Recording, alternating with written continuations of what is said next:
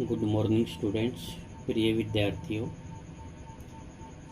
तुलसीदास द्वारा रचित कवितावली के उत्तरकांड से आपने मुगलकालीन सामाजिक आर्थिक स्थिति पर प्रकाश डालते हुए जो तुलसीदास जी ने वर्णन किया था कि उस समय पर जो गरीबी है उसका इतना बोलबाला था, बेरोजगारी का, कि सभी वर्गों के लोग दुखी थे। और अपने आप को जो उसने बताया कि उस गरीबी को रावण की संज्ञा दे करके ये कहा है, और उससे पार लगाने का एक ही उसने उपाय बताया था, राम का नाम। अर्थात वो अपने ही प्रभु श्री राम से प्रार्थना करते हैं कि आज समाज का प्रत्येक व्यक्ति दुखी है और इस गरीबी रूपी रावण ने संपूर्ण समाज को दबा रखा है, इसलिए आप ही हम सबको गरीबी से बचा सकते हैं। स्वयं को चालाक और साधु संत, राजपूत और साहसी कहने के पीछे उनका मकसद जो है वो यही है कि वो किसी जाति पाति को नहीं मानते, वे एक निष्ठ भगवान के भक्त हैं और उसे किसी की परवाह नहीं है, मांग कर खाना और मस्जिदों में सोना, न किसी का लेना न किसी का देना। उसके बाद हमने पार्ट 3 में बेटा लक्ष्मण मूर्छा और राम का विलाप जो चैप्टर इसकी कविता शुरू की थी बेटा, जिसमें पहले 4 लाइनों में हम दोहा, जो इनके दोहा हैं बेटा, उनको शुरू किया था। इसके अंदर हनुमान जी श्री राम से निवेदन करते हैं कि हे प्रभु राम, मैं आपकी शूरवीरता और बल को अपने हृदय में रखकर शीघ्र ही संजीवनी बूटी लेने जाऊंगा, आप मुझे आज्ञा दीजिए। और वे श्री राम की आज्ञा पा करके उनके चरणों की वंदना करते हुए चल पड़ते हैं। ठीक है। और दूसरा, उन्होंने नीचे की 2 लाइनों में मैंने कल भी बताया था बेटा, पहले पार्ट, इससे पहले वाले में, तीसरे भाग में भी, कि किस प्रकार से जब वो अयोध्या के ऊपर से गुजरते हैं, जाते हैं संजीवनी बूटी लेकर, तो भरत जो उनको क्या कर देते हैं, भरत जो हैं उनको तीर मार देते हैं जो उनके घुटने में लगता है। और वे राम का नाम लेते हुए जैसे ही नीचे आते हैं तो भरत समझ जाते हैं कि ये अवश्य ही राम के भक्त हैं, और उन्होंने फिर वहाँ से भरत के बाहुबल की, शील स्वभाव की, उनके गुणों की प्रशंसा करते हुए और शील गुणों की प्रशंसा करते और श्री राम के चरणों की बार बार वंदना करते हुए वहाँ से आज्ञा लेते हैं और चल पड़ते हैं। तो इस प्रकार से आज हम इसका दूसरा, इसका अगला जो चौथा पार्ट है बेटा, वो शुरू करेंगे बेटा।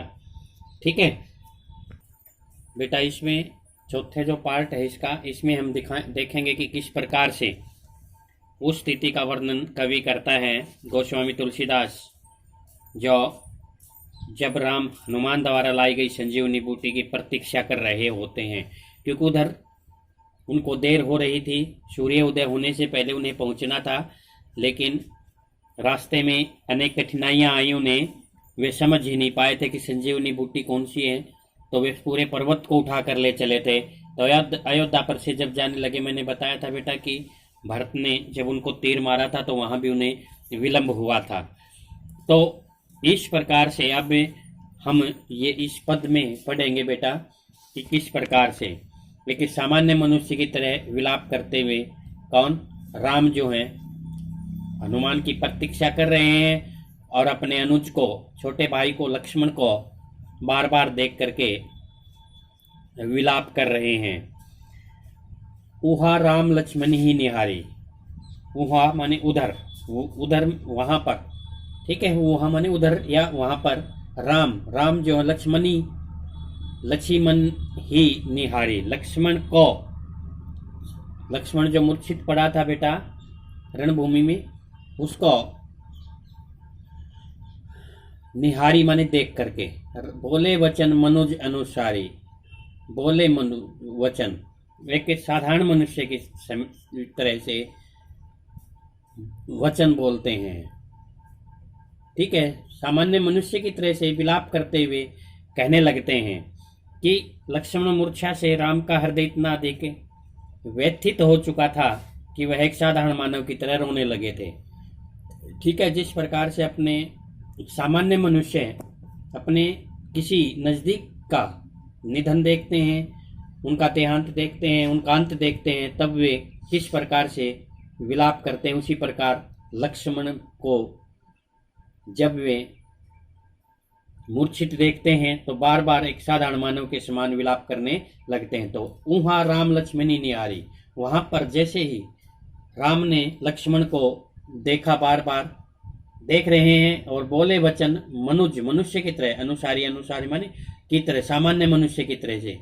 ठीक है, सामान्य मनुष्य की तरह से वे वचन बोलते हैं, कहने लगते हैं। अर्धरात्रि गई कपि नहीं आयु। अर्धरात्रि का मतलब आधी रात चली गई है। ठीक है, अर्धरात्रि का मतलब है बेटा आधी रात।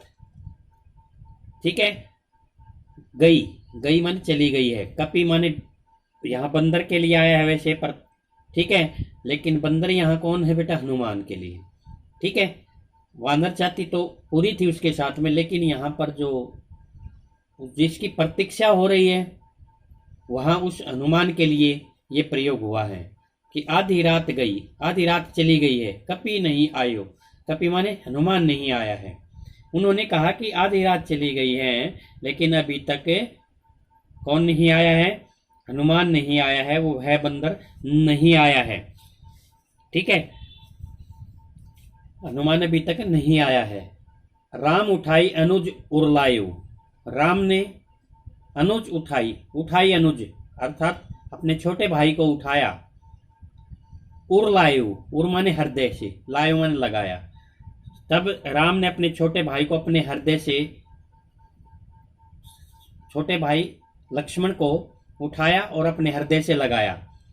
सकहु ने दुखित देखी मोहि काहू, बंधु सदा तब मृदुल सुबाहु। सकहु ने नहीं सकते थे, दुखित माने दुखी, देखी मोहि काहू, कभी भी मुझे। ठीक है, क्या क्या कहते हैं वो कि हे बंधु, यहां से शुरू करेंगे बेटा इसका पीछे से। हे बंधु, सदा हमेशा तुम्हारा, तमन तुम्हारा, मृदुल तुम्हारा, मृदुल कोमल मुलायम, स्वभाव माने स्वभाव है। तुम्हारा स्वभाव इतना मुलायम है कि सकहु ने देख नहीं सकते थे। दुखित देखी मोही माने मुझे दुखी नहीं देख सकते थे, काऊ माने कभी भी। हे बंधु, हे भाई, तुम्हारा स्वभाव इतना कोमल है कि तुम मेरे किसी दुख को सहन नहीं कर पाते थे, मुझे किसी भी दुख में नहीं देख पाते थे। अर्थात मेरा दुख आपसे सहन ही नहीं होता था। आपका इतना स्वभाव जो है कितना था बेटा? कोमल था। ठीक है, समझ में आ गया बेटा कि मृदुल होता है कोमल, मुलायम। ठीक है, बंधु भाई के लिए आया है बेटा। स्वभाव माने स्वभाव, सदा माने हमेशा। तुम्हारा स्वभाव हमेशा से ही इतना कोमल रहा है कि सकहु ने दुखित देखी। सकहु माने देख नहीं सकते थे, दुखी नहीं देख सकते थे। मोहि काहू, कभी भी किसी भी प्रकार के दुख से। मोहि माने मुझे आप किसी भी प्रकार के दुख में नहीं देख सकते थे। मम हित लागी तजहु पितु माता। मम हित मेरी भलाई के लिए ही तो। मम हित माने भलाई, लागी लगा कर दिया है। क्या कर दिया है बेटा? कि तजहु मातो पितु, अपने माता पिता को त्याग दिया है। तुमने मेरे लिए माता पिता को त्याग दिया।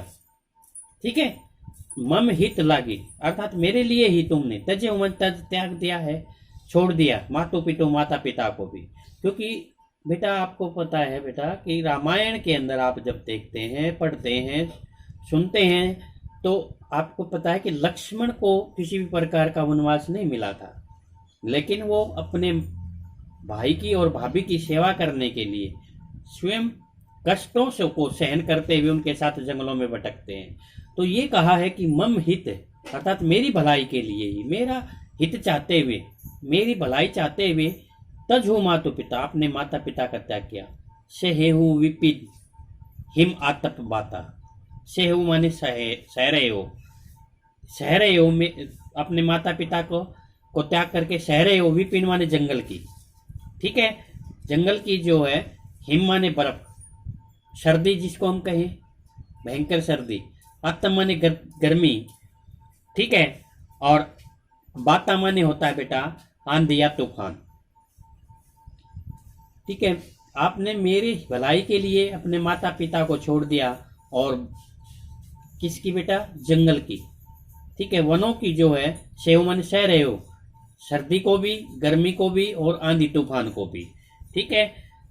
क्या कहने का भाव है कि उनका कि तुमने मेरे लिए माता पिता का त्याग किया, और जंगल की कठोर सर्दी और भयंकर गर्मी, आंधी तूफान को भी सह रहे हो, ठीक है। सो अनुराग कहाँ अब भाई, कहने का भाव जो उन्होंने कहा है कि जो आपने ऐश और आराम की का जीवन था बेटा, घरों जो आपको महलों में जंगलों में रहना, जो आपको महलों में मिलना चाहिए था सुख, वो ने अपना करके आपने मेरे साथ मेरी भलाई के लिए ही इन सभी को आप सह रहे हो।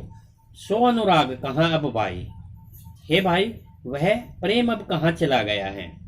कौन सा प्रेम बेटा, जो पहले उनके साथ था, ठीक है, तुम्हारा पहले वाला प्रेम कहाँ चला गया है। उठो न सुनी मम बच बिकलाई, तुम मेरे किसी भी दुख को देख नहीं सकते थे, तुम अब मौन हो करके उठो उठो उठो न सुनी, उठो न, उठ क्यों नहीं रहे हो, सुनी मम वचन बिकलाई, मेरे व्याकुल वचनों को सुनकर तुम उठ क्यों नहीं रहे हो। वह तुम्हारा प्रेम कहाँ चला गया जो मुझे दुखी नहीं देख सकते थे। तो अब क्या कहा है कि उठो उठो माने उठो, न सुनी, मेरे वचन सुन करके, क्या मेरे वचन आप सुन नहीं रहे हैं। बिकलाई माने व्याकुल, बेचैन भरे वचन जो है आप क्या सुन नहीं रहे हो, और वे वचन सुनकर उठ क्यों नहीं रहे हो, ठीक है। तुम मेरे व्याकुल वचनों को सुनकर उठ खड़े क्यों नहीं हो जाते। सो जनते हूँ बंधु बिछोहू, क्या कहा है बेटा कि सो जनते हूँ मम बंधु बिछो है, यदि मैं जानता, जो जनते हूँ जो जानता मैं, वन में बंधु बिछो हूँ, मेरे भाई का बिछुड़ना होगा। यदि मैं ये जानता कि वनवास में, जंगल में, वन माने जंगल बेटा, बिच्छू बंधु माने भाई, भाई का बिछो माने बिछुड़ना, ठीक है, कि यदि मैं जानता कि वनवास में मेरे भाई से वियोग होगा, बिछुड़ना होगा, तो पितु वचन मनते हूँ नहीं ओहु, पितु माने पिता का, वचन माने वचन, मनते हो माने मानना, नहीं ओ नहीं मानता, पिता के वचन को मैं कभी नहीं मानता, क्योंकि पिता का वचन ही तो मान करके उसने क्या किया था बेटा, वनवास जो है मंजूर किया था, स्वीकार किया था। तो ये दर्शाया बेटा इसमें कि किस प्रकार से उन्होंने जो है अपने अनुज लक्ष्मण की जो है कितनी प्रशंसा की है, ठीक है बेटा।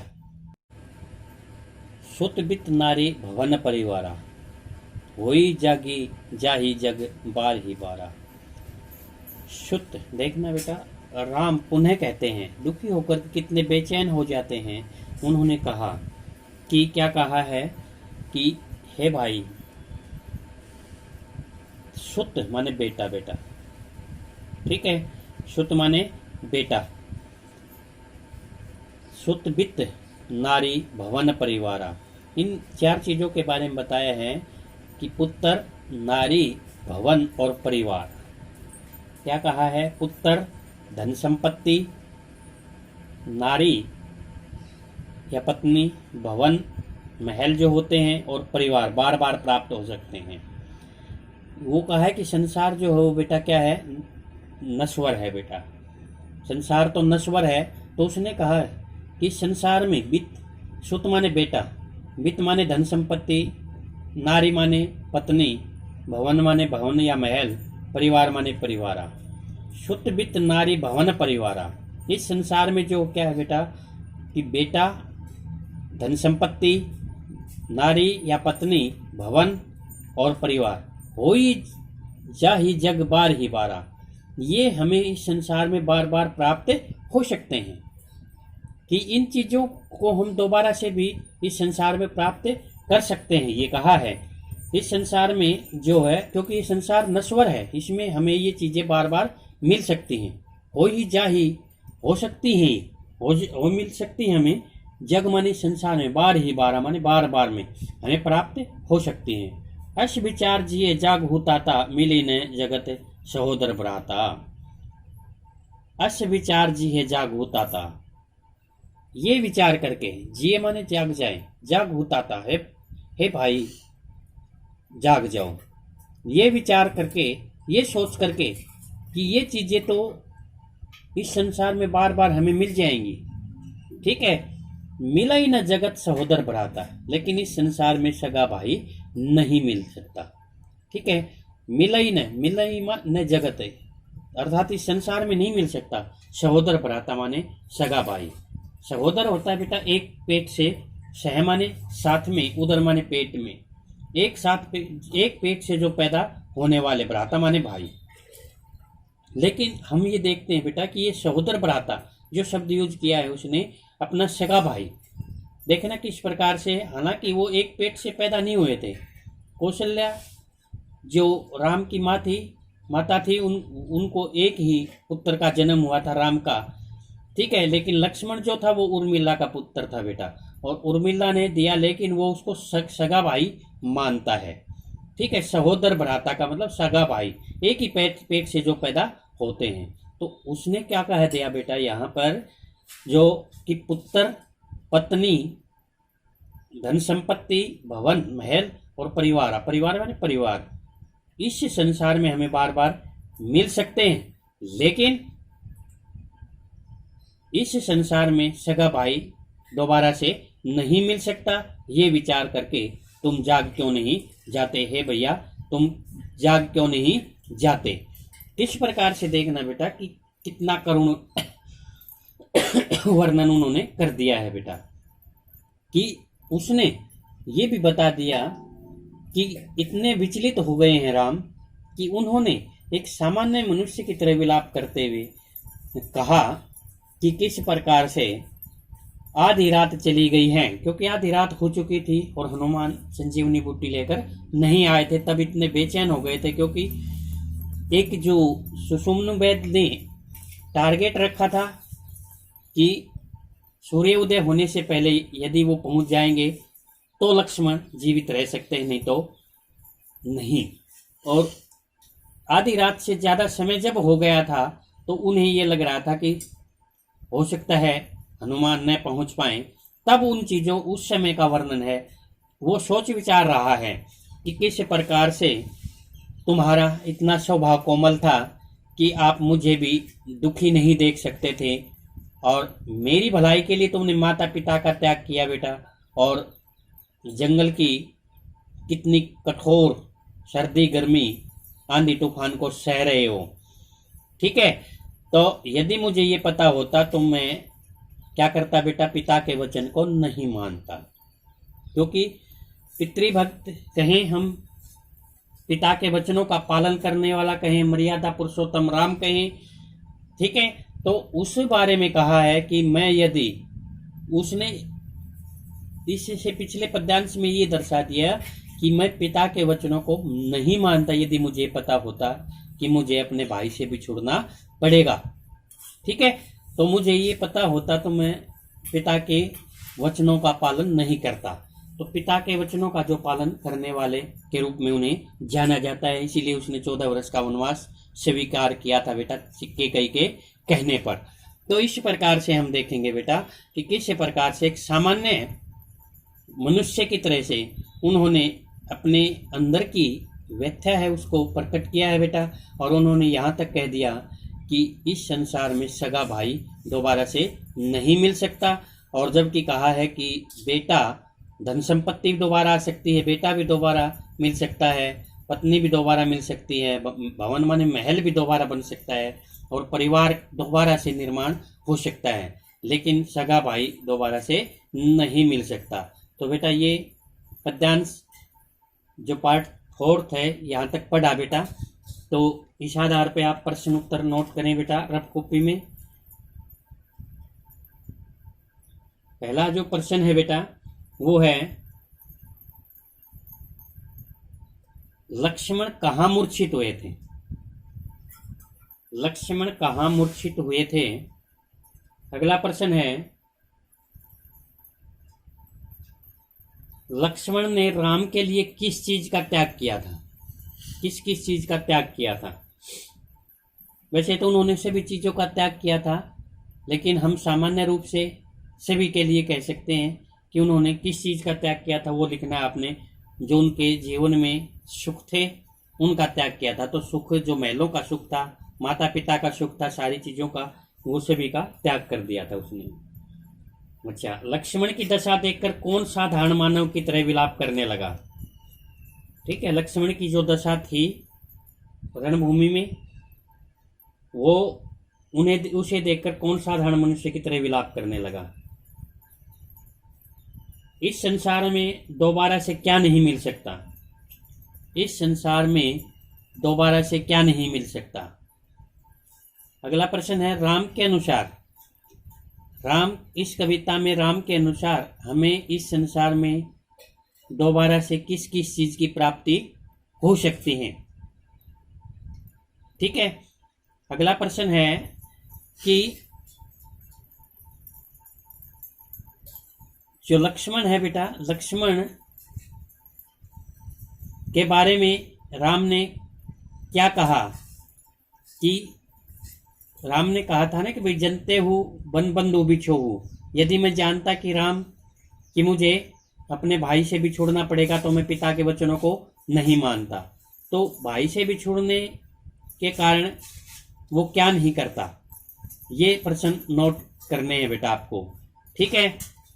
और कपि जो शब्द यूज किया है बेटा इस पद्यांश में, आज के जो पार्ट में कपि, वो किसके लिए प्रयुक्त हुआ है? लास्ट प्रश्न है ये, कपि शब्द का प्रयोग किसके लिए प्रयुक्त हुआ है?